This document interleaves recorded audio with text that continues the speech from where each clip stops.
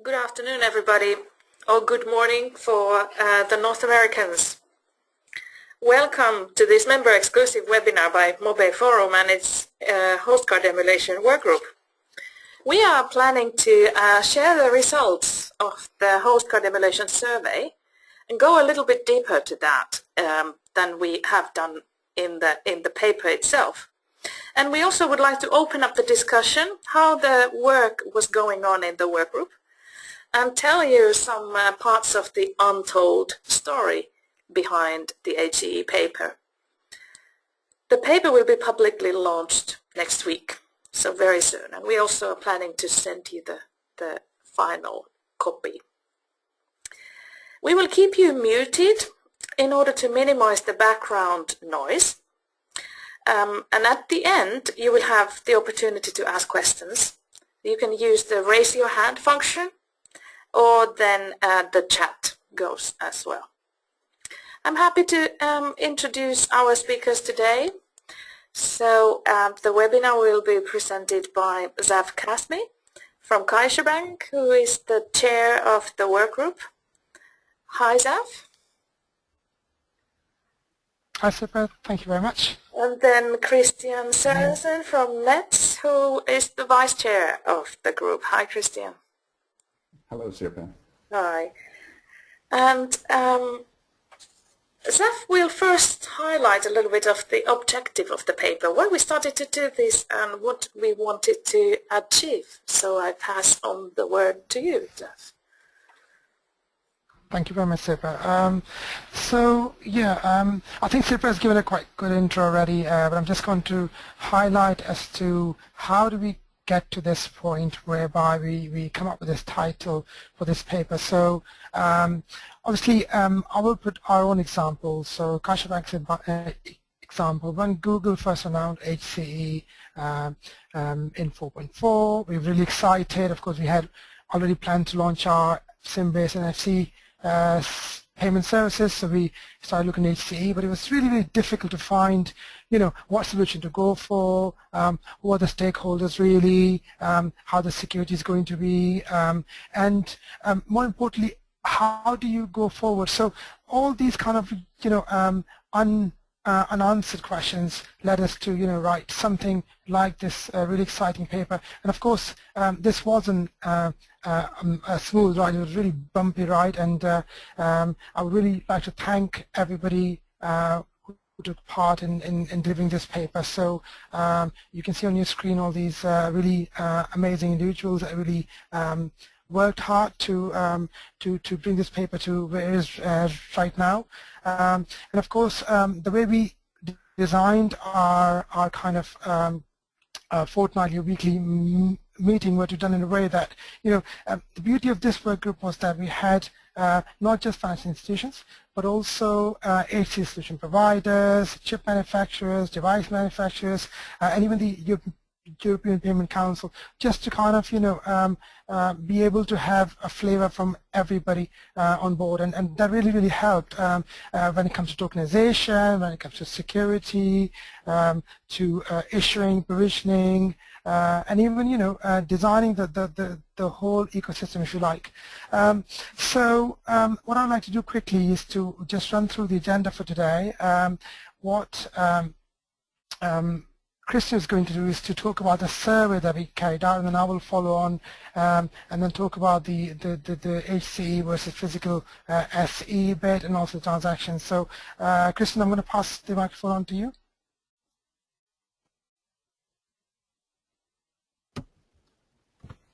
Yeah, thank you, Zaf, for the introduction, and I would also, for one, like to extend my thanks to all the contributors for this white paper. As Zaf mentioned, we had the different agendas when we set out to do this work, and one thing was to further understand HCE as such, understand the inner mechanics of the technology, but also the business implications and control points. And Zaf will return to some of this later in this presentation. But secondly, we also set out to understand the processes and priorities within banks and other relevant players in the financial industry who are looking at HCE and wanted to approach this new technology. So in order to do that, we conducted a survey. We reached out through our unique network. Many of you who are here today have participated in this, but we were very, very pleased to see the almost overwhelming response rate that we got when we reached out through our member base.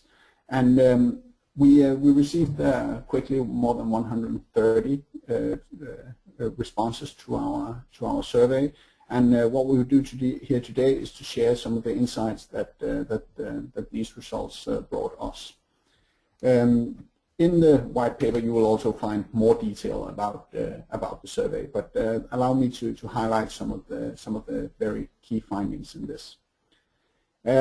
One thing that was very clear from the responses is that there is no one-size-fits-all approach when it comes to HCE. There is some standardization going on, but even with standardized solutions, there's no single solution that fits all players and fits the needs of all players in the ecosystem.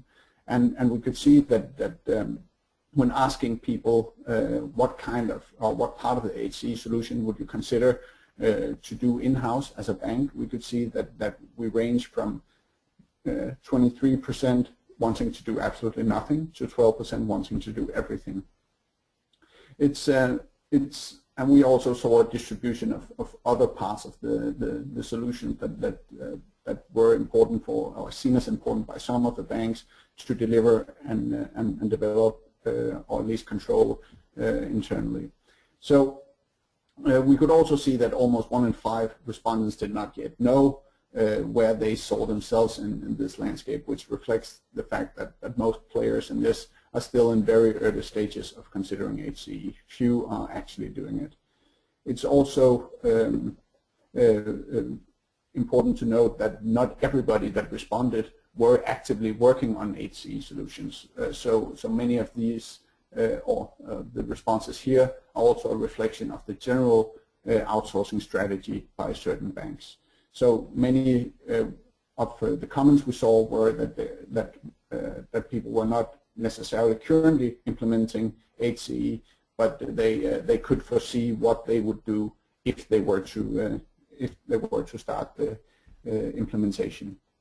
Looking further at some of the comments that we received to this question, it also underlines what I just stated, that many players are still in very early stages. We saw that many are looking for solutions, but were still undecided on if these solutions would fit all their needs or if they would have to do in-house development.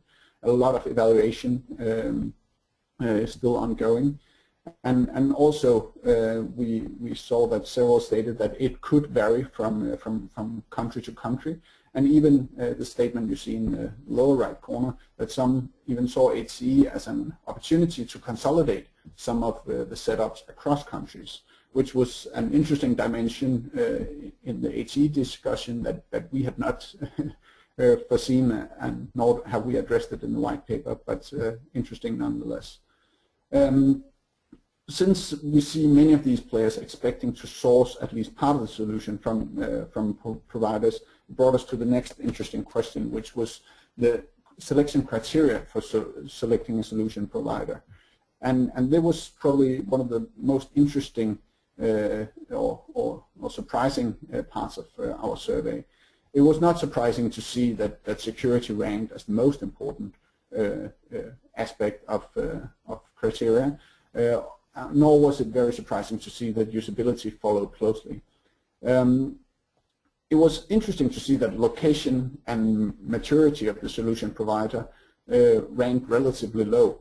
It wasn't a terribly big surprise given the fact that this is a fairly new area, so it's not necessarily the old existing players excuse me, in the ecosystem that are the best capable of delivering solutions here. So we see that as an open approach from the banking community towards new players in this area as well, as long as the merchant or as long as the vendors manage to deliver on some of the other parameters.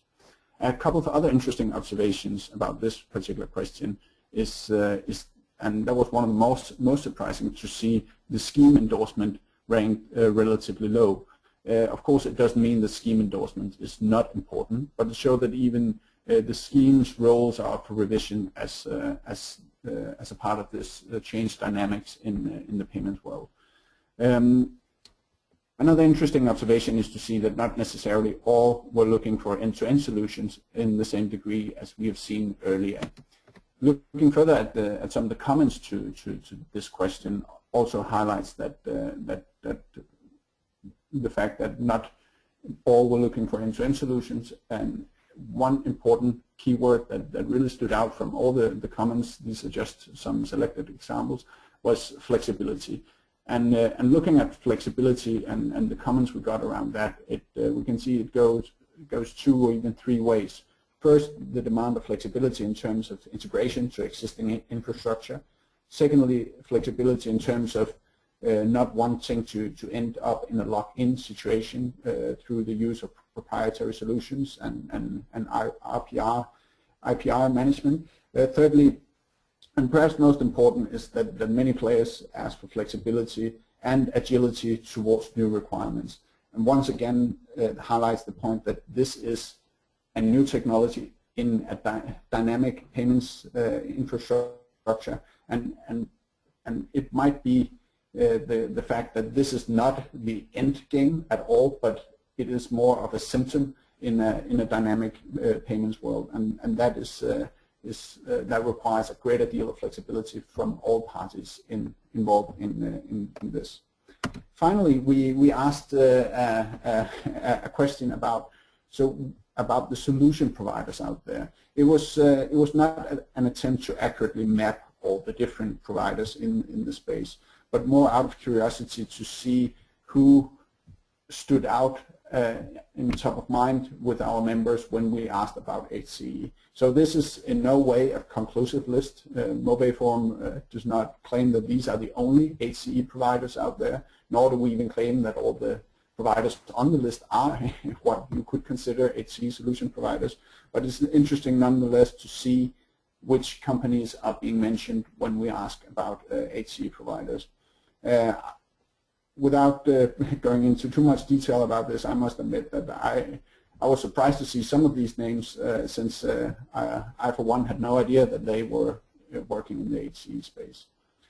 And with that, I would like to hand the word back to Saf, who will take us through some of the more technical parts of the white paper, and we'll look forward to your questions later in the webinar. Thank you.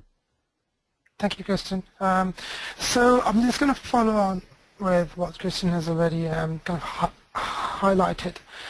So one of the key slides from my point of view really was this one, because when first the whole aim of this paper was to provide a financial institution or an entity to be able to go out there and basically try to select and outline the most suitable HCE solution for that particular entity. And I think one of the things to understand really is the major difference between the two solutions, so the HCE and the SIM-based, that's the only real mature kind of physical SE-based solution. Of course, you had the embedded and also the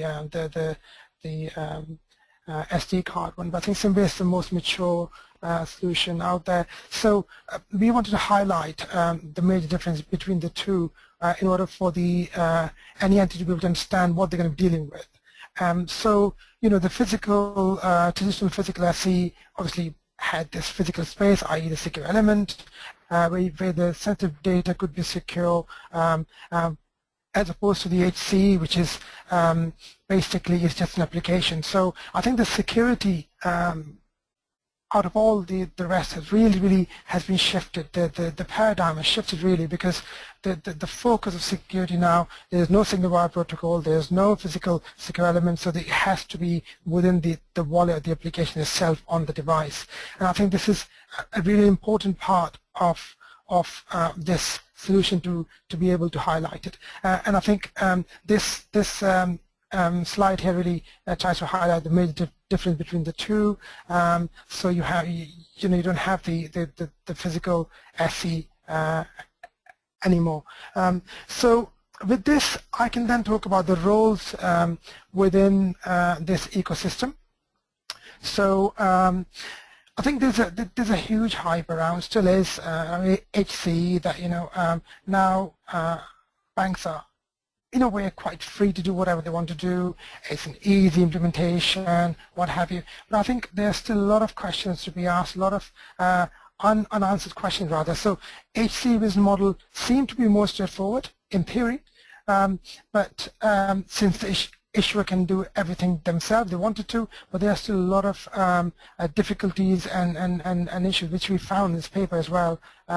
So, for example, if a finance institution was going to implement their solution in-house, they would certainly avoid recurring fees, but then of course it will bring in this huge one-time upfront investment to develop the solution, which obviously if the institution wanted to develop themselves all in one, they could do so, or they could certainly acquire services of a specialist HCE solution provider, which some of those Christian highlighted. There are a lot of HCE solution providers out there.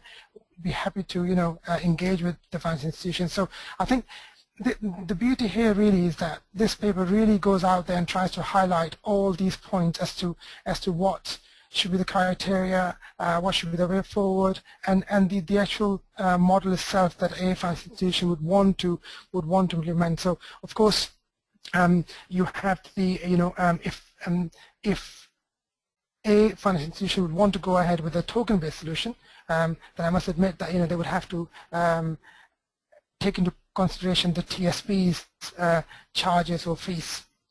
So just continue with the comparison of the two technologies. So I think when we look at the issuing or provisioning between the two, has to be said that the HCE would certainly assist us in a lot of ways, especially the SIM itself. So I can really insert our own example here. So our SIM-based solution is going quite well here in CaixaBank. But one of the real hurdles for us has been, which we have now somehow overcome, was for our customers to be able to go out and queue at the mobile network operators' stores to get the SIM cards. Of course, we've found ways around it, the SIM now being sent to customers' addresses, what have you. But just go to show that with HCE solution, these sort of issues will be a lot easier. And then, of course, security is the other way around. With SIM-based solution or the hardware SE-based solution, it's a kind of a tested security tamper-proof environment as opposed to the HCE solution, which is of course not mature yet. A lot of authentication, you can certainly minimize the risk. There's a risk management by using tokens, what have you, but it's still the security, what has to be said, is a lot lower as compared to the SIM-based or another SE-based solution. And I think the user experience, this time will tell us, but I think it's quite clear that with SIM-based solution or the SE-based solution, at least with SIM-based one, it works with our battery. So it really provides like for like when it comes to a plastic card and a tandem or a virtual card or a mobile device. So it's really like for like as opposed to HCE, which to date is quite difficult to have it work around without power. And of course, based on solution, if you have the token-based solution, then you have to ensure the infrastructure is online, which is not the case with SIM-based. So there are a lot of pros and cons for both solutions. So it's not like saying HCE and that's it, we have everything. We can discard all of the existing solutions. And then, of course, the business model itself, I think it's a really complex ecosystem. So when it comes to the SIM-based solution, for example, with our own experience, it's a really kind of really complex ecosystem. You have the TSMs, you have the MNO TSM, then SP TSM, then the MNO itself, then SP itself, and the SIM manufacturers, then the wallet if you want to design the wallet yourself, you're the third party, and all in all, it becomes really difficult to manage so many entities in one project. And believe it or not, in our own experience, we have called it a global project, just simply for this reason. Whereas HCE, in our experience, and also based on this paper, it can be said that fast time to market, but of course, as I already highlighted, that there would be different models available. So some banks or some financial institutions might want to go with HCE solution provider, or they might or might not want to use services of TSPs. So we're just going to have to wait and see. And of course, there's no good or bad solution here. It really depends on each entity and their requirements and what they're trying to achieve. So with this, I would like to quickly, perhaps maybe 2 or 3 slides, just to talk about transaction flow. So how I was mentioning right towards the start that one of the key things was to find out what options are out there for a financial institution when it comes to HCE. So you have a full cloud-based solution, which we all agree with in the group, and of course, when you talk to different payment schemes and what have you, realize that this one of the solutions that might not take off simply because it's a full cloud solution. You need to be connected at all times. So the data network is vital. So of course, what happens here is that the keys get transferred by the issuer into a server, then gets to the device, and then the transaction is made, and then it gets passed on to the processor back to the issuer. Whereas in the token-based solution, which is the second bit, which we believe would become the real option. So the token-based solution, which is when you have the card emulation on the device itself, what would happen? Although there's a new entry here, which is the token service provider, which could be the entry itself, or could be the third party. They can acquire service of the third party. In this second option, what we could see is that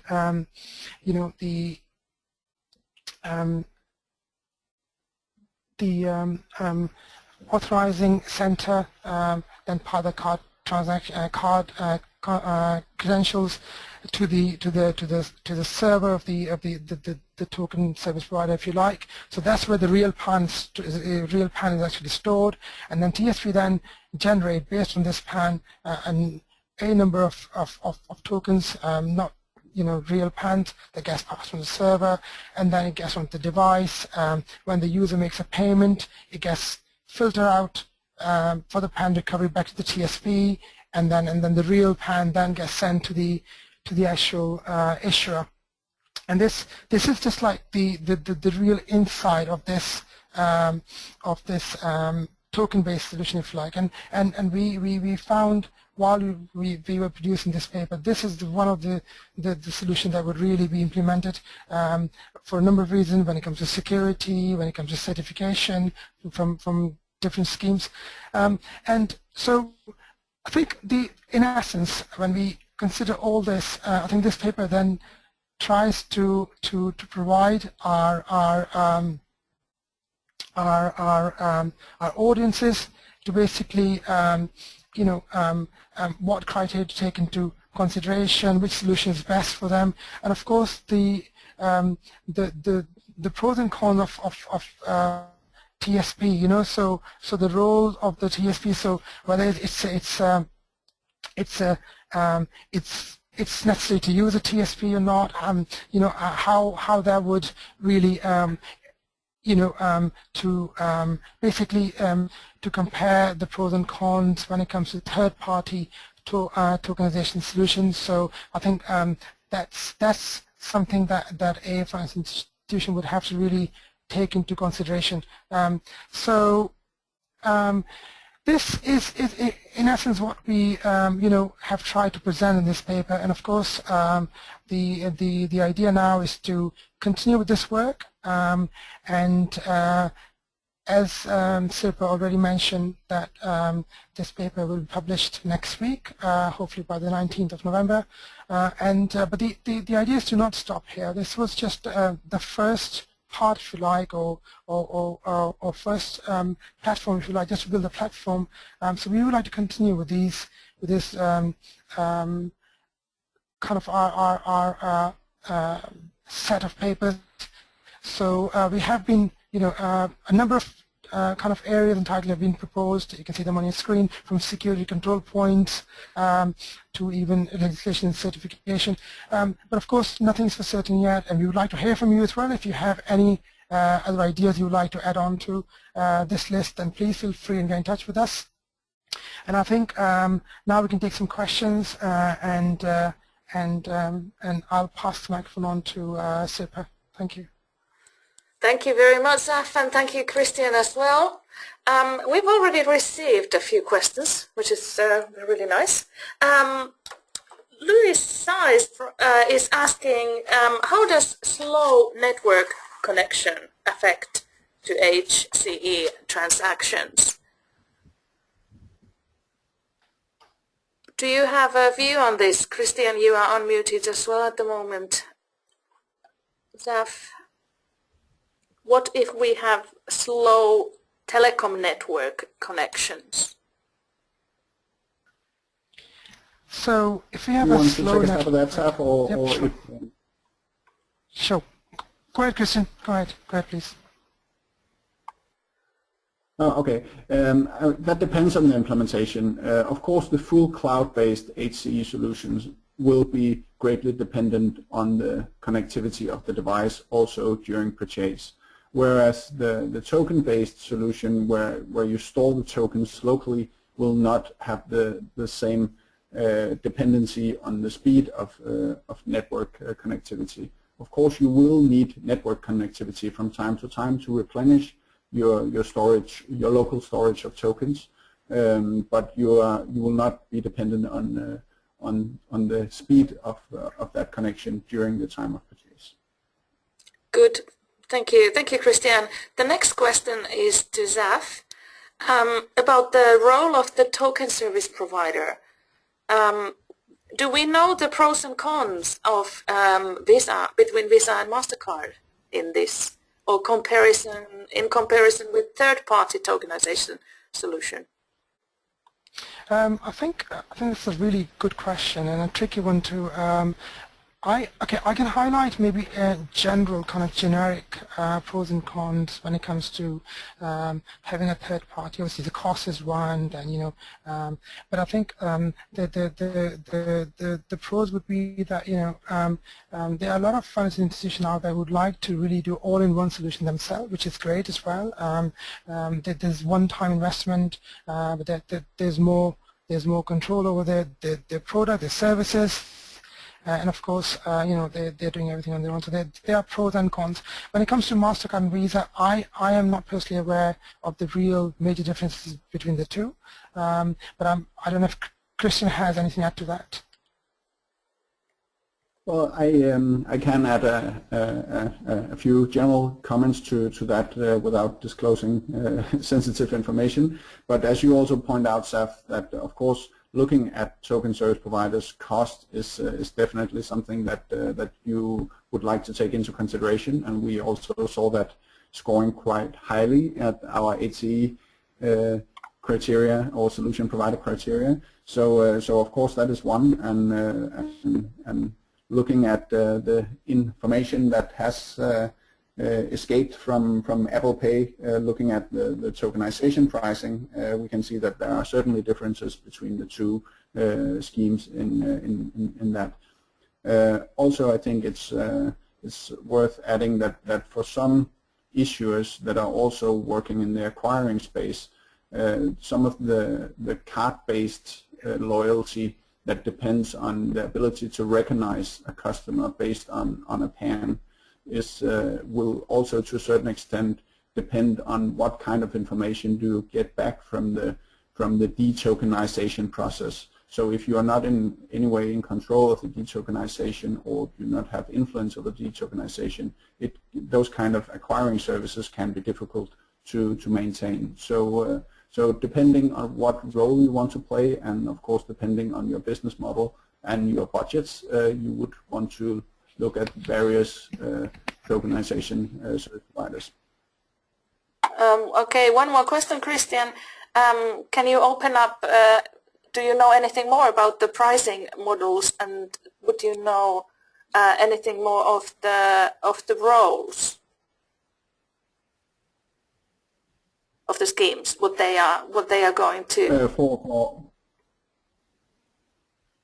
Well, I mean, I do not have any official proposals from the schemes, but based on what we hear various analysts bring to the table, we have seen differences where one seems to go for a subscription-based model, whereas the other is more of a per token-based model.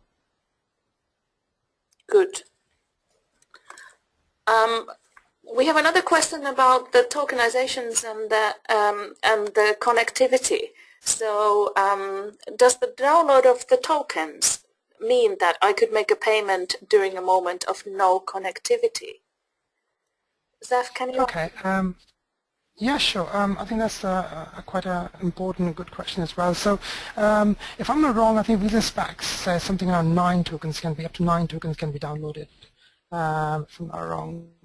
So say if a customer has pre-downloaded, say, 5 tokens, and that's the limit from this financial institution. So although there's a general limit from the specs from Visa, for example, I can only speak of Visa right now as we are Visa market, and we've been dealing with them a lot. So each entity would have their own limit. So for example, you can have up to 5, for example, say 5 tokens limit that you can use when you're offline. When I say offline is when you have no data connectivity. So in that case, customers can go out there and make a payment and use those 5 tokens. But after those 5 tokens, they must then find signal and reconnect in order to recharge, if you like, those tokens. So yes, they can make a payment so long as they have those tokens left. As soon as those tokens run out, whatever maximum number of those tokens are, they would have to then go out there and basically connect in order to get the tokens recharged. Good. Thank you very much. We have the next question from Karina Ulpe asking, what markets do you consider that are the most ready in terms of infrastructure to adopt HCE? Okay, maybe I can start, and then Christian wants, if Christian would want to fill in a bit more. So I think this depends obviously on the market, but I think it has to be an online infrastructure. That's for sure. So I think countries like Spain would certainly be one of them, since we are online infrastructure, and of course acceptance when it comes to payment. So NFC-based acceptance, so contactless acceptance is also important. So countries like Poland, Spain, UK as well. But UK has a lot of offline infrastructure too. So I think wherever we have the contactless acceptance, those countries, but with online infrastructure. Good. Christian, do you want to continue, or shall we go to the next? Yeah, I can just add a few words to that. I completely agree with what Zaf says in terms of the ability to accept tokens. That is very important. But actually, unlike traditional NFC, if we can call it that, actually the market readiness is much more easy to achieve. Than you don't have to have TSMs in place. You don't have to have NFC SIMs in place and such. So the demands for market readiness are significantly lower. So in that way, many markets that were not NFC ready in terms of issuing, at least, are now all of a sudden NFC ready due to HCE. Of course, there's the acceptance part, as Zaf pointed out. Good. Thanks a lot. The next question is about the low-value payments. Do you see any option how to avoid the scenario and verify such transaction each time and keep them still secure enough?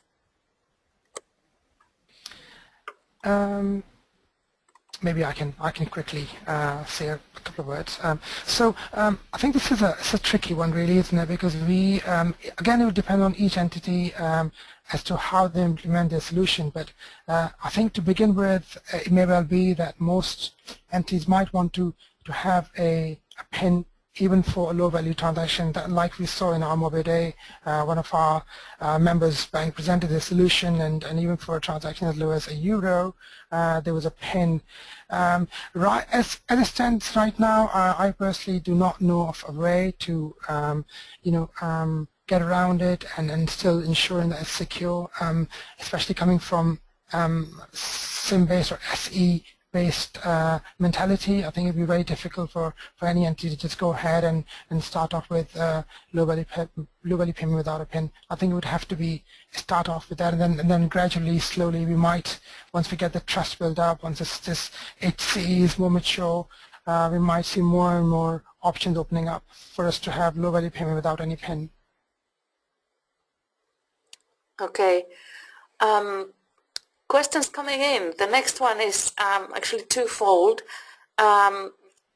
What is the potential impact to peer-to-peer payments of HCE? And secondly, is an organization better off incurring the original cost building their own HCE/tokenization solution, or going to the third party? The second one is a big one. But let's start with the P2P. Generally, P2P, we have not seen that many implementations of card-based P2P just yet, and but definitely there are opportunities with HCE and NFC in general for P2P payments. We will probably soon see contactless MPOSs and even MPOSs without dongles. We've already seen some announcements, actually from a Mobey member today. Saw some announcement for MPOS in Canada, where the actual phone and nothing else is the POS, and you could imagine a situation that any issuer would issue both the payments device onto your phone as well as the acceptance device onto your phone, and in that way you could all of a sudden find yourself accepting P2P payments through tokens or through hardware-based NFC payments. Really interesting scenario. Really interesting. Should we go for the next, for the second part? So comparing the HCE tokenization solution, is an organization better off if they build their own or go for the third party? Do we have answer for that, or speculations? Dav? I think I would lie if I say that there's one better and the other one isn't, because as we saw while we were producing our paper, there's no good or bad answer to it. Each entity has different requirements, each entity has different criteria, different market, different ecosystem, different type of customers, different infrastructure. So I think it depends on each entity. For example, in our case, we felt that it was a lot easier to have, for example, to have a third party rather than have it all in-house, but we also saw in the last Mobey Day presentation one of our Mobey members doing it all in-house.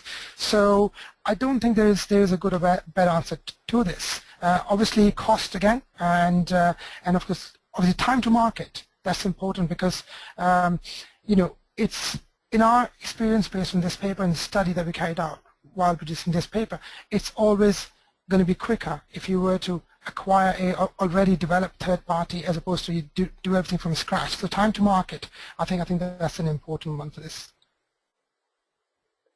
Really good. Yeah, that's probably the reality how it is. There is somebody who has already tackled those things. We have the next question. Could you give a brief comparison between HCE and Apple Pay in terms of flow or infrastructure? Sure, I can take that.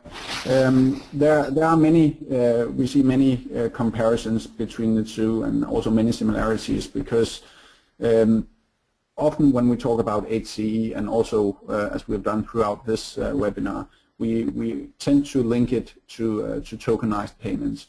Of course, you can do HCE without tokenization, but looking at the tokenization part, that is more or less exactly the same setup that Apple Pay is using.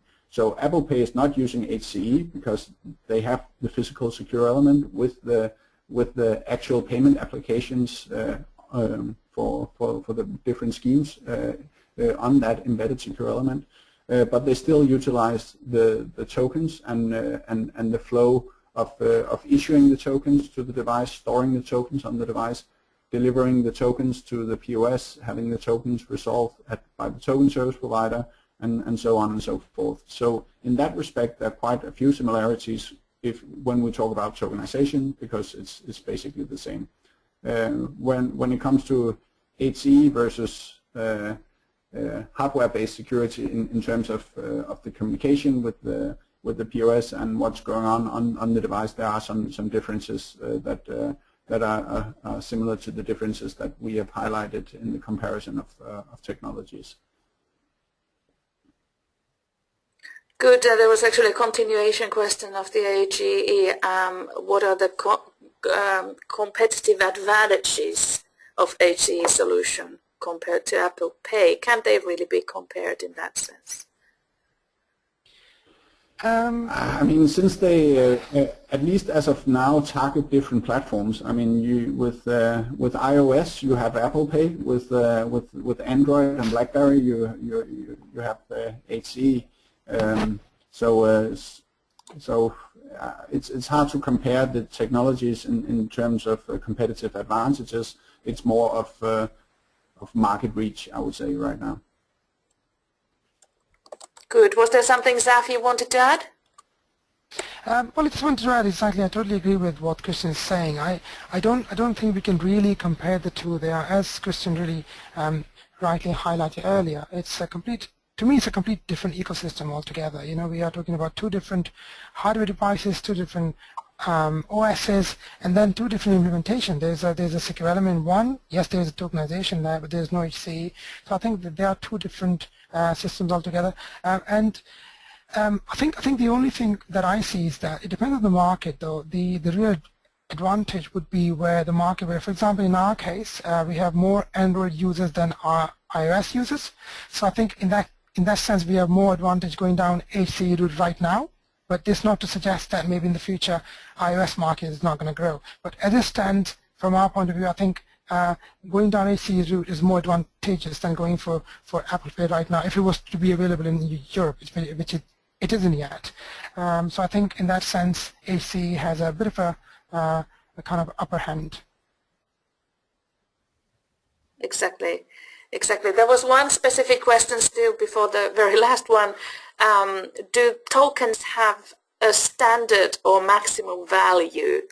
Just a basic question on tokens. Christian, can you take that? Yeah, I mean, the tokens, they come with a wide number of parameters, or a certain number of parameters that the issuer decide. And one of them is the limit to the value of the payment. Others are expiration, merchant types, geographical limitations, and such. So you can basically do a lot of risk management based on the token parameters. Good. There was still one before the last one. Which verification method, CVM, can be considered as the most user-friendly for HCE? What's your opinion? Maybe I can take that question if you want. That's a good question. Yeah. Go ahead, Seth. Thank you. I think based on our experience, it would be great to continue the same experience. So I know that we have Apple Pay and we have the finger scanner on that. But I think based on our experience, we should continue with the same experience that we have provided to our customers, the SIM-based solution, which is PIN on POS terminal in online infrastructure such as Spain. And when they go to countries which are offline, such as France or some areas in the UK, they can do passcode on the device. So we use a passcode on the device itself. So I think we'd like to keep the same CVM, so they could enter the PIN onto the POS terminal or onto the device if they are in a offline infrastructure, which is not really implemented yet. Good, good. Do you have anything to add, Christian? No, I agree. Of course, Apple is pushing the envelope a bit in terms of user experience when it comes to verification methods. But I think many users would still be happy with a recognizable experience that from the good old card paradigm, and if you buy something of high value that you're prompted for a PIN on the POS, I think most users will be perfectly happy entering it on the POS. Good. We keep getting more and more questions. This is amazing. So if it's okay for you, we continue with a couple of more questions. An interesting one from Samsung and their embedded solutions. Samsung had a few embedded SE handsets on the market and focused HCE then. Do you see the probability that Android moves back to embedded SE? I think one does not rule out the other. Since Samsung is not in control of the Android ecosystem, nor is Google in control of Samsung, I believe that especially now with the launch of the iPhone with the embedded secure element, where we know that a lot of the MNOs have been in opposition to the embedded secure element in the Samsung phones, I think that Samsung would most likely focus more on the embedded secure element again, and with the options that provide. But that doesn't rule out at all HCE solutions on Samsung handsets, quite the contrary. So I think the two will walk hand in hand going forward. So even at the same time? Yeah. Because, I mean, we discussed tokens, and if you, for instance, set the risk parameters of a token for high values and multiple usages, you might want to store that token even more securely. So if you have access to a secure element, why not use that for storing tokens? So you can make some hybrid solutions that takes the best of both worlds, basically. Exactly. We have another question of the white box security solution. Is the white box security solution required, or can security be accomplished through other simpler means that don't even need another third party? I think this is a good and quite relevant question. This takes me back to my slide where I was trying to highlight the differences between the SIM-based of the hardware-based, hardware SE-based solution versus the HCE solution, and how the security paradigm has shifted. I don't think that one would argue that you would have to have a white box security, i.e. a third party providing white box cryptography and all those security mechanisms that needs to be applied. But I think considering this, we are talking about payments here, we're talking about money, we're talking about transaction, we're talking about customers, we're talking about a financial institution's integrity. That's the most important thing for us as a bank. So that can't be compromised. And I think considering that, I would imagine that most, if not all, of these financial institutions would like to ensure that the solution is secure. And I think in order to achieve that, they would most probably would acquire a third-party white box security solution. We have a number of Mobey members who are providing that. I think that would be the right way forward. That's not to suggest that it's not possible to secure the application without those services, but I think to be able to ensure that they achieve at least some level of that security that they had with a SIM-based or hardware-based solution, they might want to go down this third-party route. That's, I think, the best answer to this question, really. Excellent. Thanks. Thanks a lot. We go back to a little bit to Apple Pay and Google. There's a question asking, do you see the possibility of either Google or Samsung devices moving towards Apple Pay-like model and monetizing transactions? This might be a good point to compare a little bit Google Wallet and Apple Pay, just for the reference. Christian, do you want to take that? My answer to that would probably be highly speculative, since I have no insights into the payment strategy of Google or Samsung. But I would be surprised if they're not looking at Apple Pay and considering their options. But I think a major difference between at least Samsung and Apple is that Apple has a very strong relations has very strong relations to the end customer. And Samsung do not quite have the same setup as Apple in that respect. So there will be difficulties in doing a one-to-one Samsung Pay setup similar to Apple Pay. When it comes to Google, of course they have generally strong end user knowledge, probably definitely much stronger than Apple actually. So they are in a good position to consider the Google Wallet going forward, yeah, I don't know how they will how they will utilize the inspiration they get from Apple, but I'm sure that they believe now that there are still great future for Google Wallet. And also looking at the figures after the launch of Apple Pay, the number of users of Google Wallet has actually increased quite dramatically. So it's a rising tide for everybody here right now. Oh, that's a good point. There was an additional comment for this question. I guess Google Play, where also cards are saved, can be used in a way like Apple Pay. Does that? Yes, Sip, I just want to add to that really quickly. I'm sorry that Apple in a way had an edge here.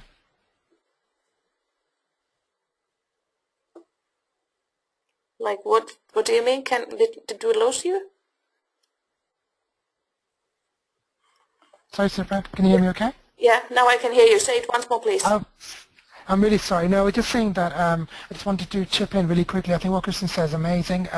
Just want to add to that I think Apple has an upper hand here, an edge, because in iTunes we know they had over 800 million cards, and that they really give them an edge as opposed to Google Play, which is not obviously as extensive. But time will tell. But I think there's a good chance that they may well be that one day Google might wake up and start doing something similar, if not the same. Mm-hmm. Yes. Good. I think now the final question, and it's a very good question to end the discussion as well soon. It's been a fantastic set of questions, but to finalize the webinar, can you name successful HCE solutions in place right now in the world? Yeah. I mean, I for one at the Mobey Day saw BBVA demonstrate the enrollment process, issuing and the use of their HCE solution, and that to me looked pretty good. Yes, indeed. And I think there is one Russian bank, I can't name them, but there's a Russian bank, and they've also rolled out HCE solution. Also one bank in Australia. They've also rolled out their HCE solution. I met them the other day, and it seems quite nice, nicely rolled out as well. So you can search for those two banks, and one in Russia, one in Australia. And in Canada, we have a couple of banks. I think Scotiabank, our member bank, is there with HCE solution, and also Royal Bank of Canada is working with Bell ID, if I remember correctly. Yeah. They started off with a hybrid solution, and now they're working towards HCE. Yep. Yeah. So those at least. It's been a really good discussion. Thank you for all active participants. Thank you for speakers. Thank you, Christian. Thank you, Zaf. And really looking forward to go on with HCE and go on for the next paper. The focus of the next paper, we have not yet decided that for sure. So please give your opinion on that. Let us know what you would like to focus on, what would be the most beneficial for you. And with these words, I wish you good evening, and you will receive the slides still tonight. All of you who have been here to give you something practical out of this webinar, and also you can listen to the webinar on. We will save it on our website if you are interested. Thank you very much. Have a good evening or good day, depending on what time zone you are on, and see you in Vienna.